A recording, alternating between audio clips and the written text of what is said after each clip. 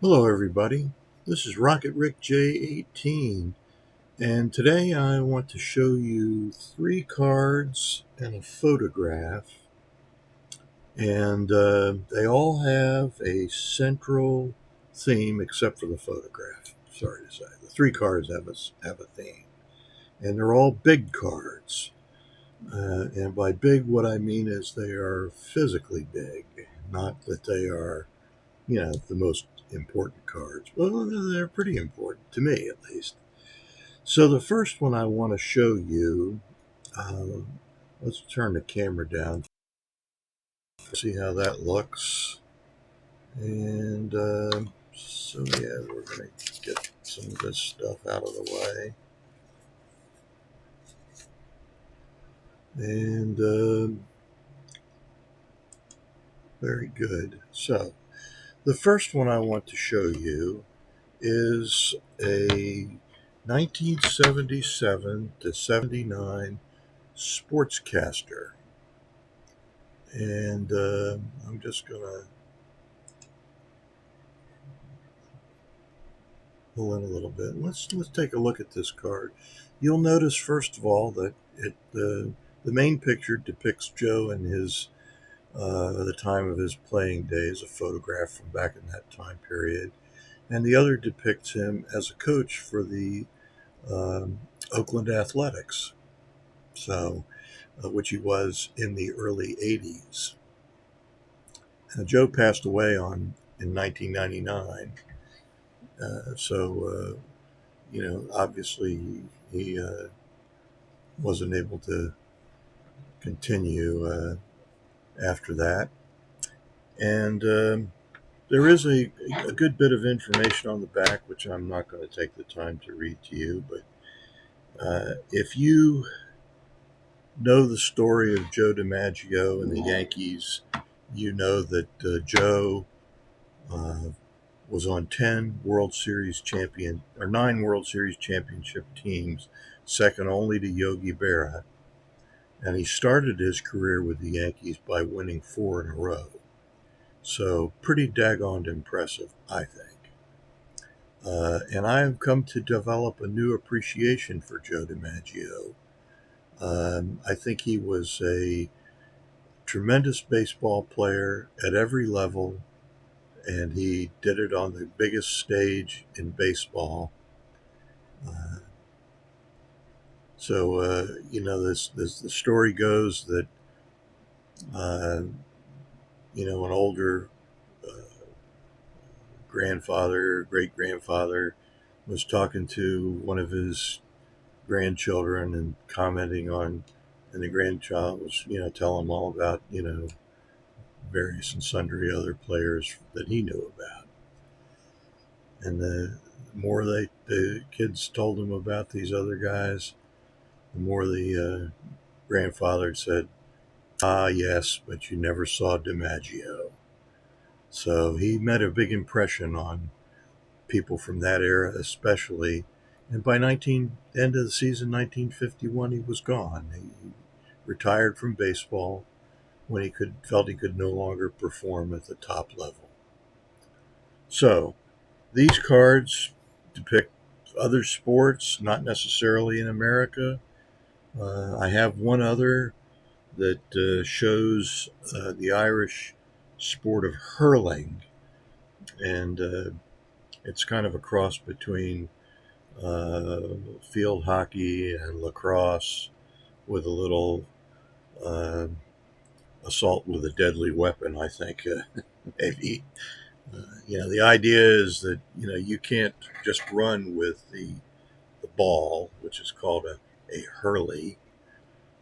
Uh, I'm Anyway, you have to either bounce it on your stick, the hurley, or you have to hit it, or you have to, pass it off to someone else and they can run with it.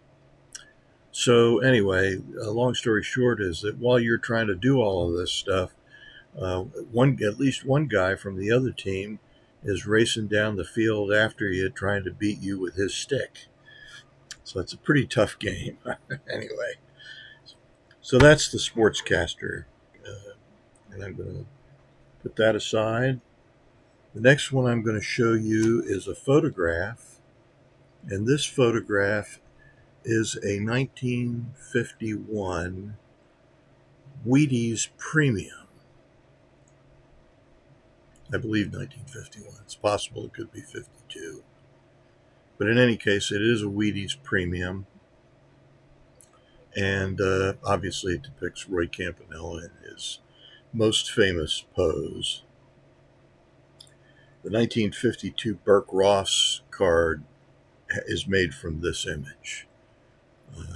So I just thought it was a fantastic card. Picture, um, and it's just an amazing photograph. I'm thrilled to death to have this in my collection. So, hopefully.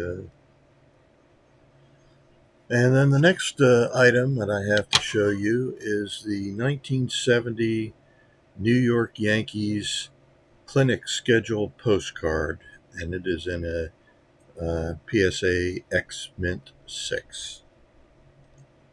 And it depicts, of course, two of the Mount Rushmore of baseball players. And you've got, or at least Yankees, maybe not all baseball players by any means, but these are clearly the four best Yankees. These are two of them, Joe DiMaggio and Mickey Mantle. Great card, not very expensive, and I recommend it to you if you're interested in, collecting a Joe DiMaggio card or a Mickey Mantle card that doesn't cost you 6 figures or 5 figures. Now, the last card that I have to show you is the piece de resistance, as they like to say. And this card is the 1951 Burke Ross panel of Joe DiMaggio and Granny Hamner. Hamner was the shortstop for the Whiz Kids, the 1950 Phillies. And of course, Joe DiMaggio was on the team that beat the 1950 Phillies in the World Series.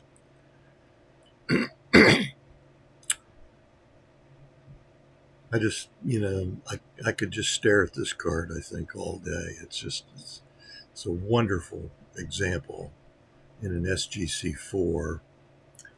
And if you're not familiar with the Burke Ross cards, on the back,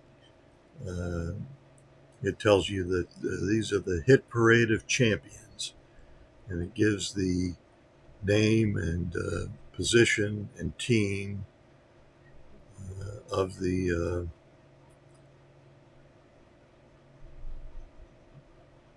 and their status as far as the Yankees being the world champions and the Phillies being the National League champions, the pennant winners in the National League. And then some, the sort of the physical statistics. So this is not Joe's last year, but it is his final playing days card. He does have a 52 Burke Ross, and that is looks pretty much exactly, the picture looks exactly like this one, or almost exactly like it, except that it's more in the shape of the 51 and 52 Bowmans, as opposed to the nearly square shape of the 52 Burke Ross cards. But anyway, again, I'm really over the moon about this card, and I have to say I got it at a very favorable price on eBay. So and I've been looking for one for a long time, and I bid on some and haven't gotten them at the price that I wanted to pay. But this was substantially less than what I what I thought I would have to pay, and I'm glad to have it.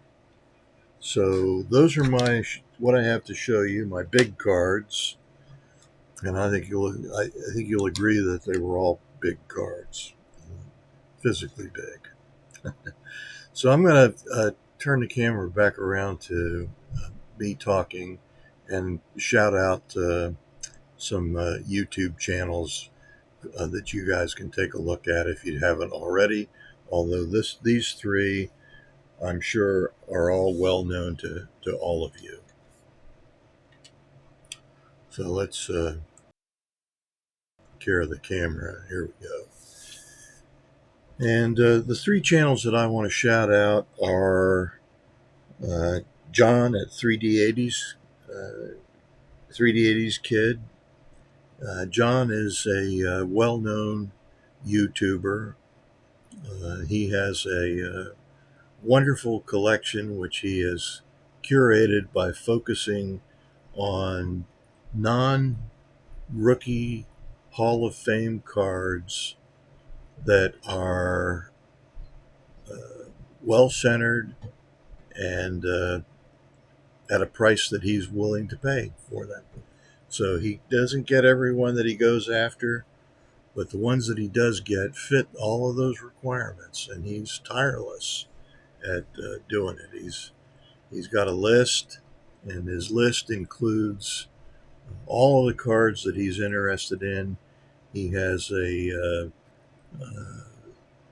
permanent search on eBay for all of the cards that he's looking for, and he just is very diligent about searching, and he just consistently comes up with very attractive cards at very favorable prices. So, and he tells you all about how he does it. So, I urge you to go take a look at his channel. He's also on For Collectors for Collectors, so you can find him there as well. And I will put a link to his channel, to the three channels that I'm going to shout out today, so that you can easily find them if you don't already know them. The second one is Joe at Four Soft Corners 728. Joe has a very interesting and again well curated collection of baseball cards, and I think that he's fun to watch, and he's good. His show is entertaining and it is educational also. So really worth looking at. I'd urge you to take a look at Four Soft Corners. And the third and final one is Ed at Angry Old Man TTM. Now, I'm not a TTM collector. I have maybe two items that were sent away for and autographed, and one of them was an autographed 8x10 photo of, ironically enough, Joe DiMaggio.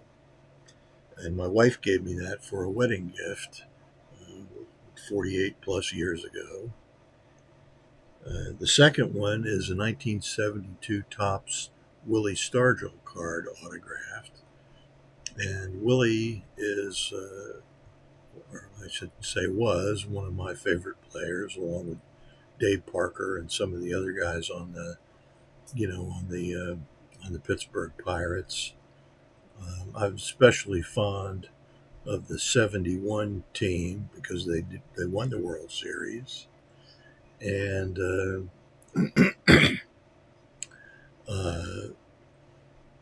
and they did it without a real first clear number one starter pitcher. They didn't have the standout relief pitcher like teams developed later on. They had two guys, Ramon Hernandez and Dave Giusti, who certainly weren't lights out, closed down, surefire savers like Mariano Rivera and others later on, but they got the job done somehow, and they got it done enough times to get into the playoffs. Only two teams from each league got in the playoffs, and they beat the Giants, who won the Western Division, and Pirates won the Eastern Division, and got to the World Series. And they struggled a bit at first, but they fought back and ended up winning the World Series in 7 games against the Baltimore Orioles. So anyway, that's my story of my two sendaways. But Angry Old Man has a really great collection of autographed cards and pictures and so forth, which he's gotten through the mail, and he tells you how he does it, shows you how he does it, tells you what players he's looking for, and what his experiences are in terms of getting something back. So you find out that there's a lot more to it than you might have thought. So if you're interested in TTMs, plus he's kind of an interesting. He's an older guy, and he's kind of an interesting character. So Ed at Angry Old Man TTM. That's my third shout out. So with that, let me just say this is Rocket Rick J 18, wishing that all your collecting dreams come true.